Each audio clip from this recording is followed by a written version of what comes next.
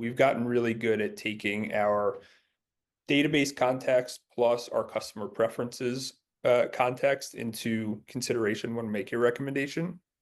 One thing that continues to be missing that we're excited to implement here is the user's context in that moment, right? And so there is this idea that, let's just use a very specific example where traditionally the last 100 times you've ordered Post-it notes, you haven't cared what color they are.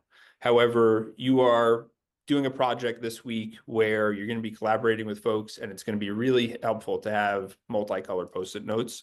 That's the kind of thing that if we're looking at the AI data and business preference layer, we would say, let's give you the thing you've always wanted. That is the best quote unquote offering for you. However, in that particular case, there is user and in the moment context that we might be unaware of. And so what we're going to do here is take our recommendations, take the power of what we've built, show those recommendations to the user and allow them to opt in or opt out, depending on kind of what the recommendation is.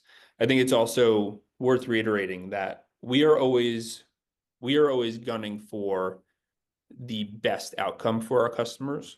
And that doesn't always mean the cheapest. I know, Matt, this is something you and I have talked about a lot, but there's this concept of a buy box in e-commerce more broadly. And, often the winner of the buy box is the cheapest product. I think we've learned over the years that yes, cheaper is often better, but that is certainly not a broad brush you want to paint with. And so we are always optimizing for what is best for our customer, whether it be, reliability of in-stock and delivery times, or, consolidating packages across a given order so that it's easier to receive them when they show up.